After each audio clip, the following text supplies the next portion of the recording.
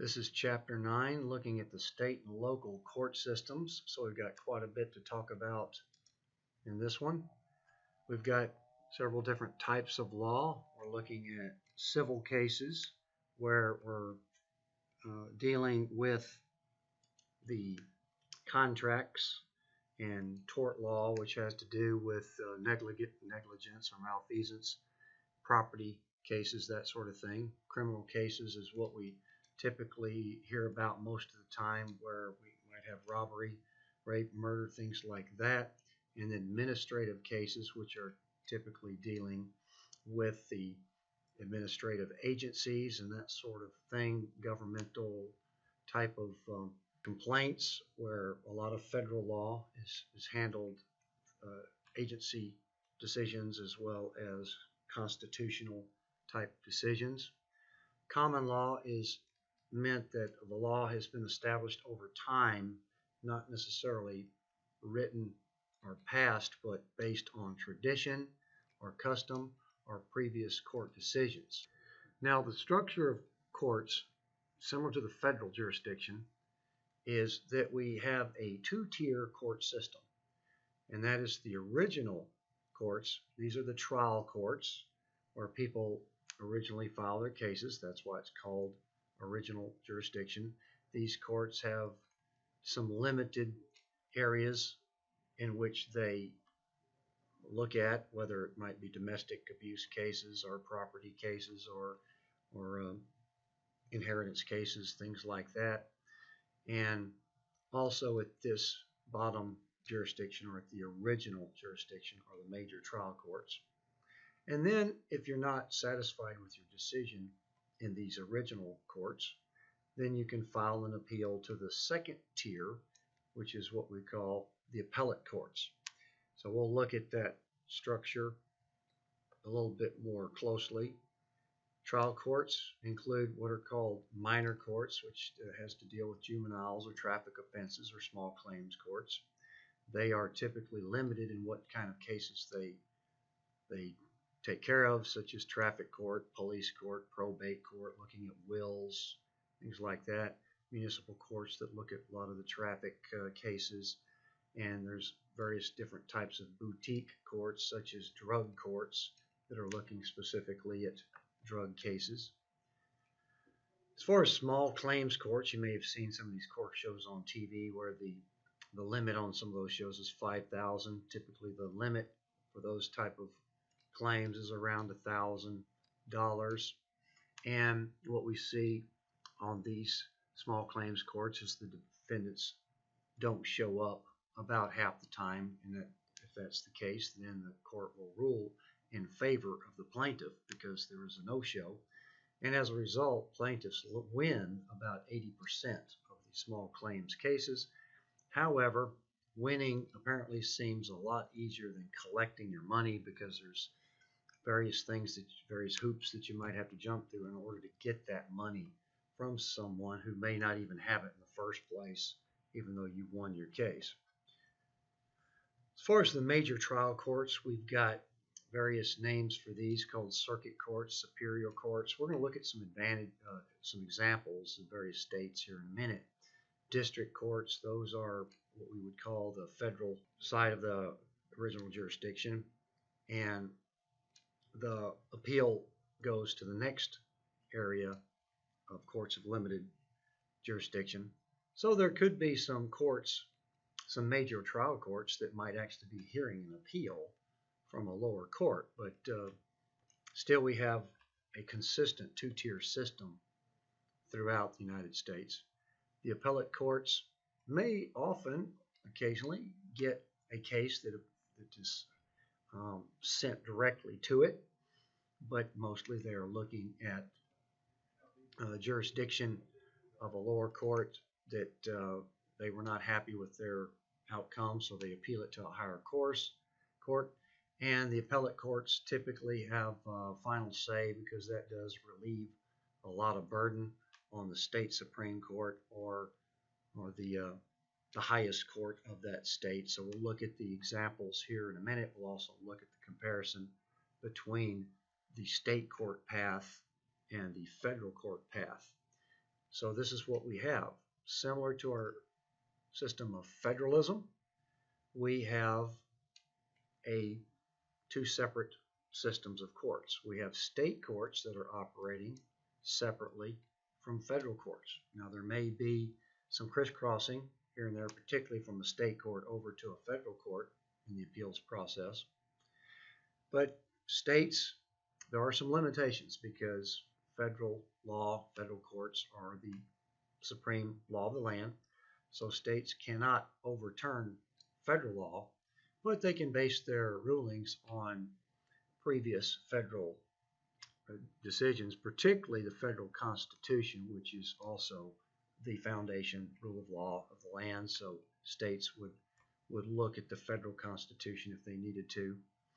And state courts are expanding. They're getting more creative in trying to handle their cases without necessarily taking it to the federal side.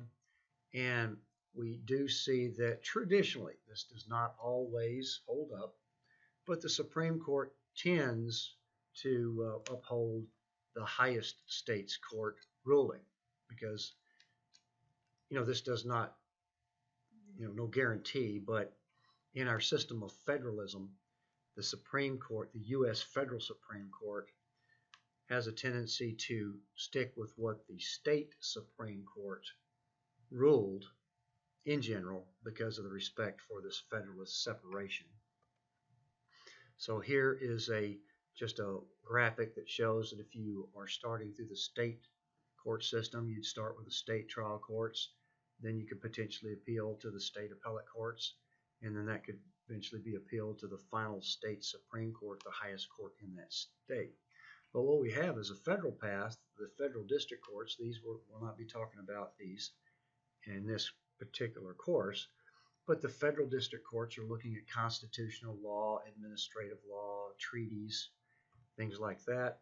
And they could actually take a case from a state where somebody is claiming that they have not been treated fairly under the Constitution, that sort of thing. So they would file directly with the federal district court. As we saw here, the state trial courts are overwhelmingly holding the cases where that crime or where that civil infraction occurred in that state. On the federal side, if you appeal from that federal district court, then we have what was called the Federal Court of Appeals, and there's 13 of those jurisdictions, territorial jurisdictions in the United States. And then you could go to the U.S. Supreme Court if you appeal from there, and it's a very big long shot because only about 1% of all the cases every year that are appealed to the U.S. Supreme Court are accepted because they have a limited docket. All 9 of the U.S. Supreme Court's judges look at each case in block. So they only have room for about 75 to 80 cases per year, and they get as much as 8,000 cases that are appealed all the way to the U.S. Supreme Court. So you can go from the state direction or from the federal direction to end up in the U.S. Supreme Court. Here's an example of New Jersey's court system. This lighter line here that you see, this is what we call the original jurisdiction line here, that where you can kind of roughly show that there. So these are the courts that are in the original jurisdiction. We've got a superior court that's got 15 courts in the 21 counties of New Jersey. We've got lots of municipal courts, as you can see right there, and they're handling lots of different types of cases, so there's quite a bit of an overlap here. There's a tax court. There's 12 judges in the New Jersey tax court. And then if you're not happy with the decision here and you've got a lawyer that can take the case up higher, then these heavier lines up here are the appellate jurisdiction. So in New Jersey, we actually have what is called the appellate division of Superior Court, and there's 33 judges on this court, but they sit in 4-judge panels. So 4 judges sit on a case at a time in general and rule on that case. And then if you want to appeal further, then you've got the State Supreme Court of New Jersey. where you have 7 justices that are appointed by the governor, and they all sit in bank. New Jersey also has a mandatory retirement age of 70 years old, so that's a comparison there. New York is considerably busier. As you can see, the lighter lines down here, these are the original jurisdiction courts. So you've got surrogates court looking at probates, adoptions, family court looking at domestic violence, things like that. You've got a civil court and a criminal court just for the city of New York down here. You've got the smaller town and village justice courts, and there's lots of those. Got district and city court here. This gives you the number of judges. You've also got a court of claims. You've also got what is called a Supreme Court that is also original jurisdiction, and a county courts. So you got 57 counties outside of New York City, and you've got 12 districts here broken up into these Supreme Courts, and you can see the cases that they're taking there. But if you don't like the rulings here, you can appeal it up to what we call the appellate jurisdiction. That's our second tier. So what we have here in New York, we've got 2 co-appellate courts here, appellate divisions of Supreme Court and appellate terms Supreme Court. And then the highest court of New York is actually called the Court of Appeals. They also have 7 judges sitting in bank, all 7 looking at one case at a time.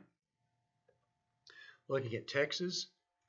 Texas is a pretty big populous state, but their court system is a little bit simpler. We've got your municipal courts down here, your justice of the peace courts down here that are looking at the local town and villages, and you've got a constitutional county court, a probate court. You also have county court at law. This is the court that my brother-in-law is a judge. He's one of these judges here in Comal County. And here you've got a criminal district court, a district court. So these are the original jurisdictions here. And then going up to the appellate jurisdiction, we've got a court of appeals in Texas. And Texas is unique in that it has 2 co-Supreme Courts. One of them is called the Supreme Court, but the other one is called the Court of Criminal Appeals, which specializes in certain types of crimes, particularly death penalty cases. So they separate those out to that highest court in Texas. And as I've said before, is that anyone who is not happy with the state Supreme Court's final decision, they could try to take it to the U.S. Supreme Court. And again, it's very small likelihood of getting picked, and because of the number of cases that are being appealed to the U.S. Supreme Court and their limited docket that they have to hear cases. And then there's also that somewhat of a traditional trend that the U.S. Supreme Court in general has tended to side with the state Supreme Court. And of course that depends on certain issues, because there may be certain issues, whether it's constitutional or not, that have been delegated to states. So therefore the U.S. Supreme Court may actually say, well, we don't really want to rule on this because according to the Constitution, this is the state's job to make that decision. So state courts have been increasingly activist in looking at their state constitution first, and as a result, because we've got several issues in the United States that are very divisive, we've seen red states and blue states that we've already talked about. So these state courts might overstep their authority somewhat. They might actually take it to the Supreme Court and get shot down. And much like the federal Supreme Court, where we appoint judges in general, based on their political ideology, well, because of the lack of activity of Congress, judges are increasingly making decisions that kind of serve as policy. And might start seeing a little bit of this on the state courts as well, but they don't have expertise in public policy. Their job is to interpret the law. So we've got some issues coming up, and clearly each state has got to pay for their court system, and due to budget implications, they may not be able to handle the caseload that they would need to handle. We'll get into some of that here in a minute. And we also know that we're increasingly interconnected, whether it's for the entire United States or even globally, that approaching these issues on a state-by-state basis may not necessarily be the best approach for universal issues such as pollution, safety, civil rights, things like that. So there are lots of potential reforms being looked at here to try to unify court systems in order to make them a little bit more consistent and standard. And regardless of how many courts you might have in the state, you might consolidate all the administration of those courts into a single administrative unit, centralize things a little bit, save some administrative costs. And we see that only about 5% of lower court cases are appealed. But either way, we're looking at trying to centralize the administration a little bit more of state courts in order to save some costs, make it a little bit more efficient. We're also taking more advantage of the digital technology in order to consolidate databases and put more things online. In fact, my brother-in-law actually posts a video on his website that requires certain people, depending on what the case is, to watch that video first before they come to court, so that saves him a lot of time from going over these standard admonishments that he has to make to every litigant, and by requiring them to watch that on the video before coming to court, that saves time. And so we're just looking at ways of trying to improve the management of the caseloads here. Now let's talk a little bit about how judges are selected, because on the federal level, it's fairly simple. The federal judges are appointed by the president and approved by a majority of the Senate.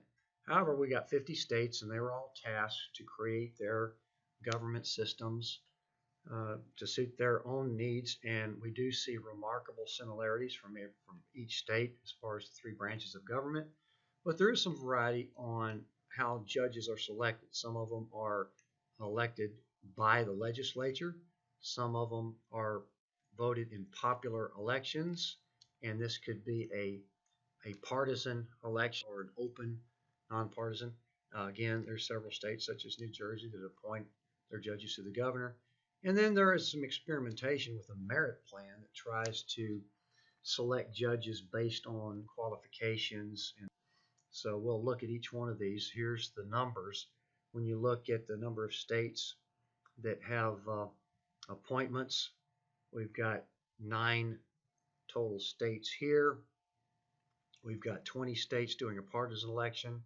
We've got 32 states doing a nonpartisan election. And we've got increase, and of course there's some overlap here, so we've got more states that are starting to increasingly use some form of a merit plan. So let's take a look at some of these. Which is better, election or appointment? Does that affect your judicial independence? Does it affect the judge's accountability? If they're elected, what does that mean as far as them having to raise money and then perhaps being obligated or actually be loyal to a party? So there's lots of questions there.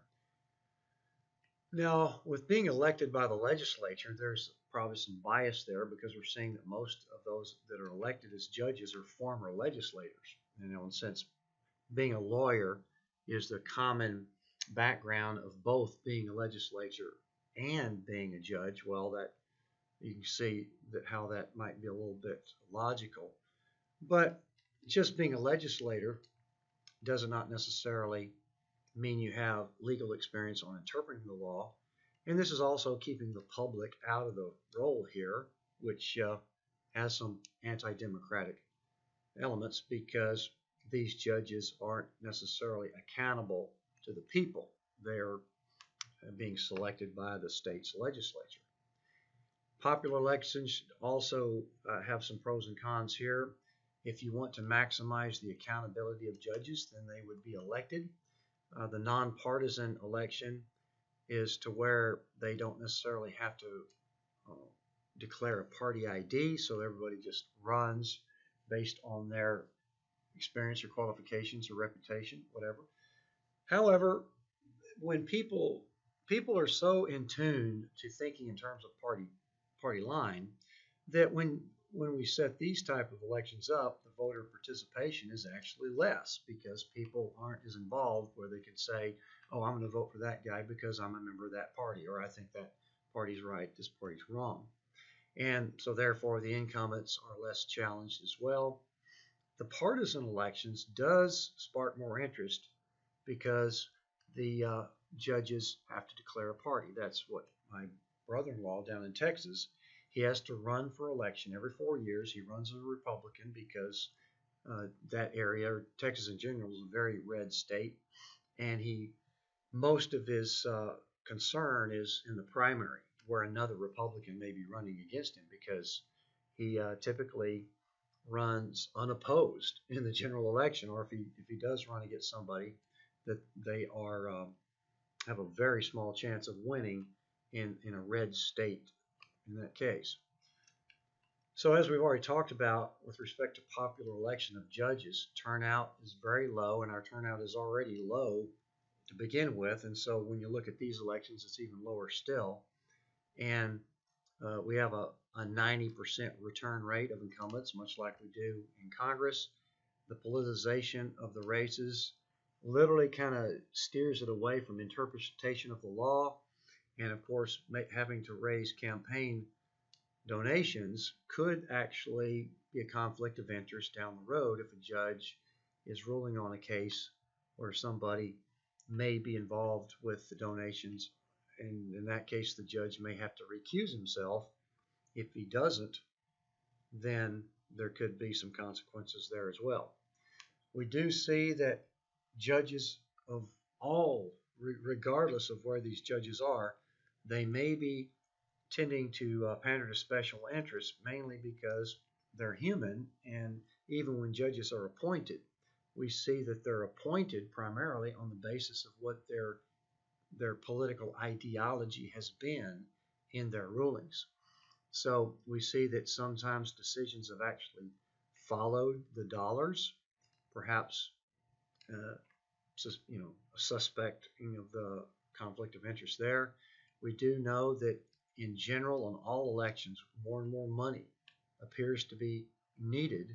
Maybe perception, but more and more money is raised in order to win these elections. And so we see correlations there between campaign contributions and judges' decisions. It may be certainly not considered corruption, but a lot of it is human nature that they would sway that way, particularly if they already lean to a political ideology anyway, which they would have to if they wanted to get elected.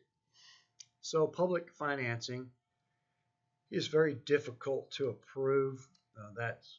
Again, that's where we would have to contribute something out of our tax return there to pay for the election costs, and perhaps requiring judges to recuse themselves from cases. So there are options out there.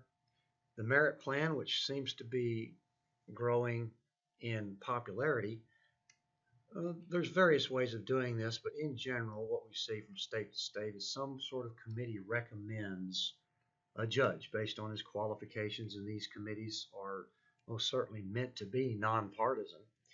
And then the governor still has the approval there to appoint that person, but he's actually appointing somebody that the committee's recommending, so that does make a difference. And then in some cases, they actually hold an election after the judge has been there in order to retain that judge. So there's various options here. And unfortunately, politics is still involved, whether it's a committee, whether the governor may have the power to reject that recommendation. Again, lawyers are still dominant in this process. The governor's influence may actually control what the committee actually does. So we've got lots of things to look at here.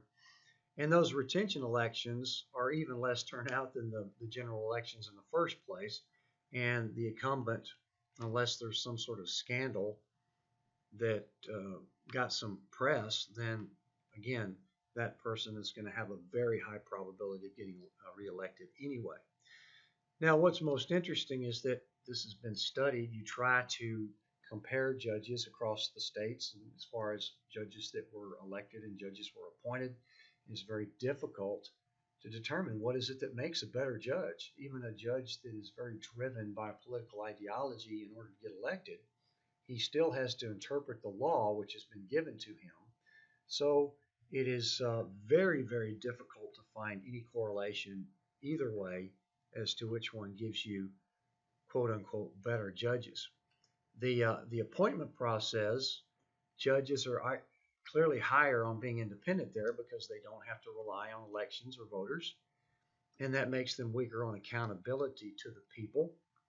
And what we see is that interim appointments, temporary appointments, are becoming increasingly common in between elections, those sort of thing. So we're starting to see kind of a mix there. So which is best? Hard to say. Merit plan, judges are driven by personal ideology and interpretation of law, so the committee has to determine, what value that has or what makes them qualified.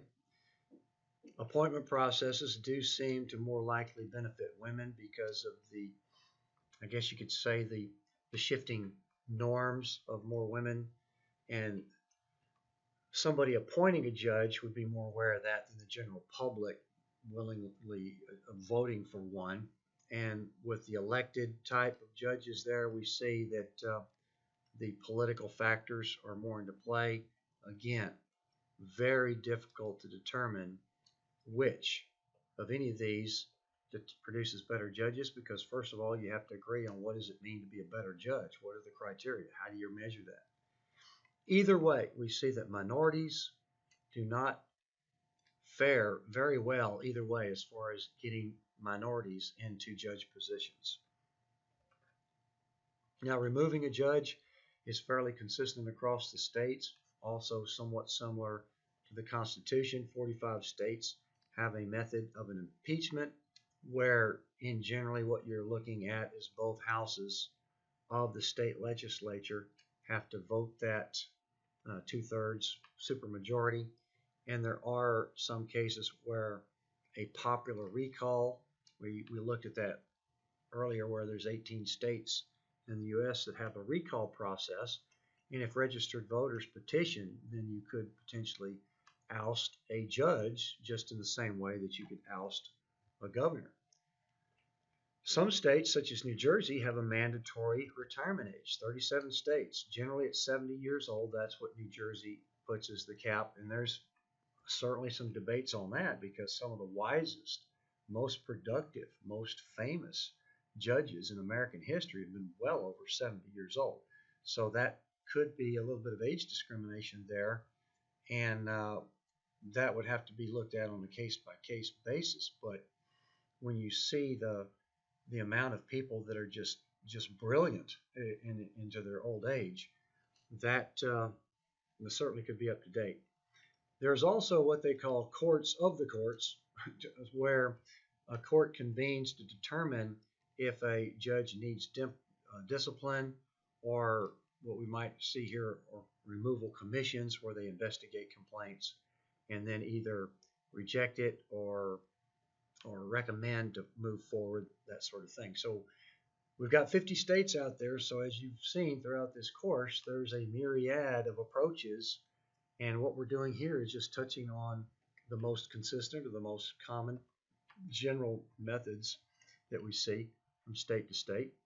Now, as far as the judge process, the judicial process itself, there's no trial in about 90% of all cases. Otherwise, the judge docket system would just be so clogged. So therefore, decisions are made through the discretion of the lawyers and the plaintiffs and or those accused, that we're trying to resolve this without taking it all the way to a trial through a guilty plea or pretrial conferences, things like that, where there's no jury present, no actual court proceedings. And then plea bargaining is a big part of this, where the defendant will plead guilty to a lesser charge in order to avoid the trial, to where they could potentially get a worse sentence. And This might be considered somewhat of a win-win situation, whereas the don't have to go through the process of a trial, particularly if there's overwhelming evidence that the person is guilty. And the person that's guilty wins in a way that he might not get he probably getting a lesser sentence than he might have got. Everyone wins, of course, except the victim of the crime or the citizens if that person is a habitual criminal and the plea bargain got him back out on the streets very soon, committing more crimes. So lots of debate over how to handle our court systems. No right or wrong answers. It's just what we decide to do in the best interest of society. So with court trials, you can either have a jury trial. These are typically mandatory for murder cases. A bench trial is where the judge determines. So there's no jury, and you plead your case before the judge, and then he goes back and thinks it through, looks at the evidence, and comes up with a decision. And in some states, you have a choice of whether or not you want a bench trial or a jury trial. And as I said, fairly small percentage of cases actually go all the way through to a jury trial. And we do know that because the average citizen is brought in to be selected for the jury, we might get some unpredictable results. And but the fact that we may not know what we're getting, that we're starting to see quite a bit of scrutiny of jury pools where you have specialists. That's really all they do. They're experts in determining who might be the best person for your side, because each side has the ability to strike a juror.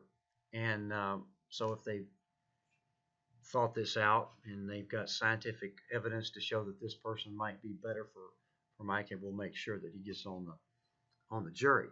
And jury shortages are a concern.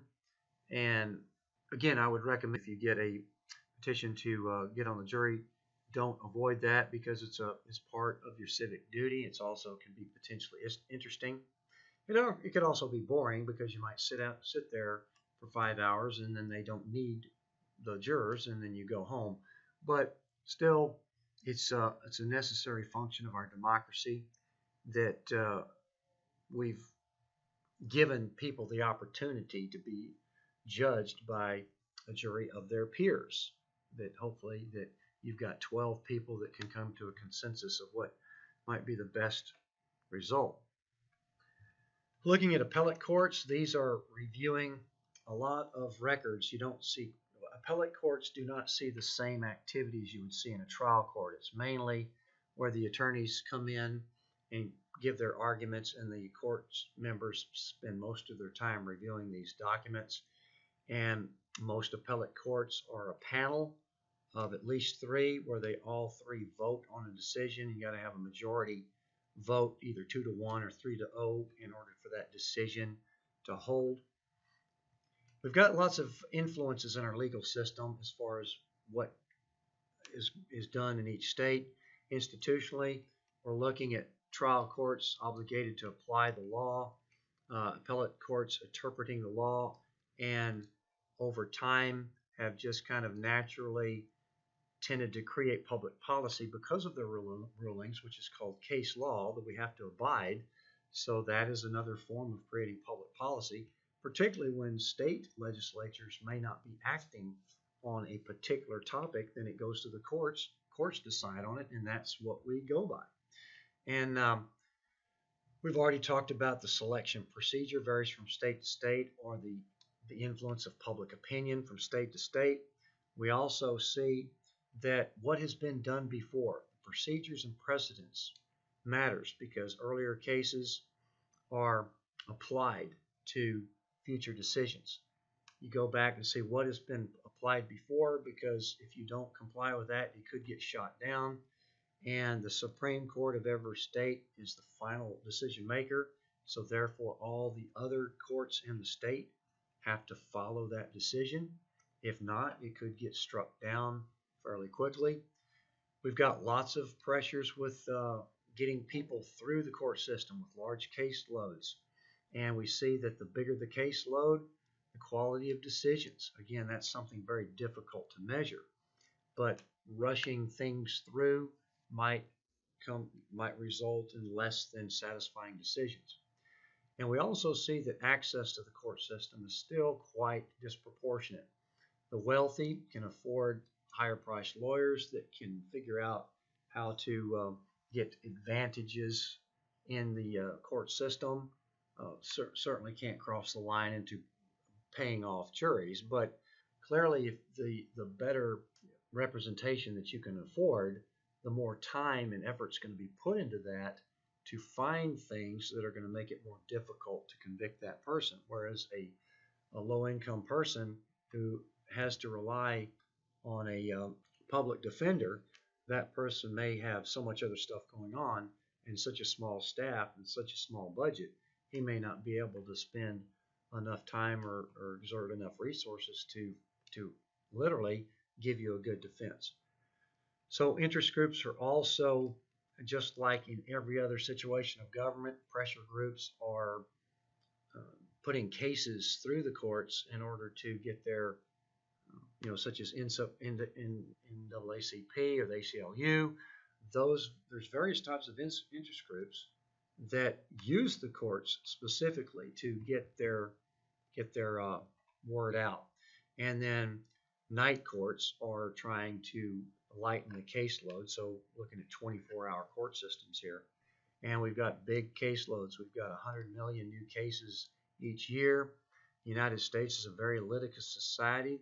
We account for 2/3 of all the lawyers in the world. And tort cases are increasingly prevalent where people are suing somebody because of some negligence.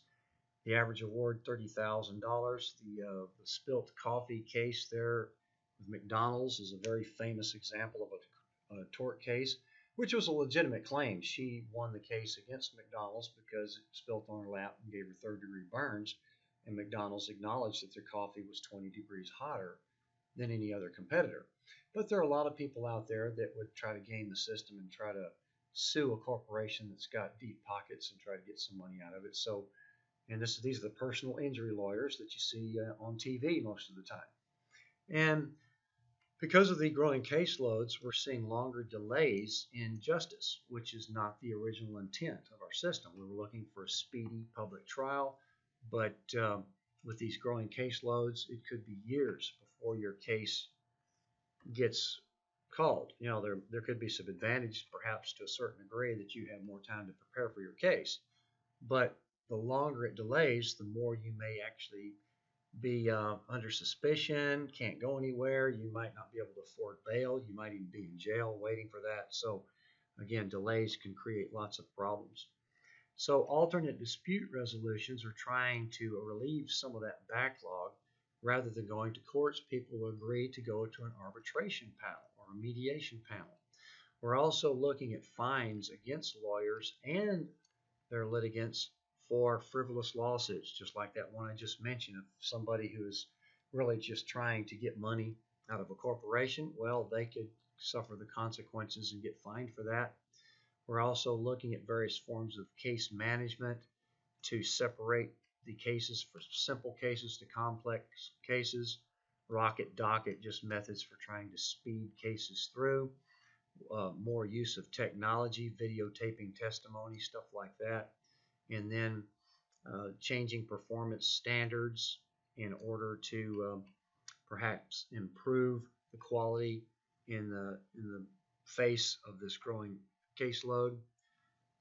As far as the pay of judge, they are paid better than average, about $150,000 for state Supreme Court judges, as you can see right there.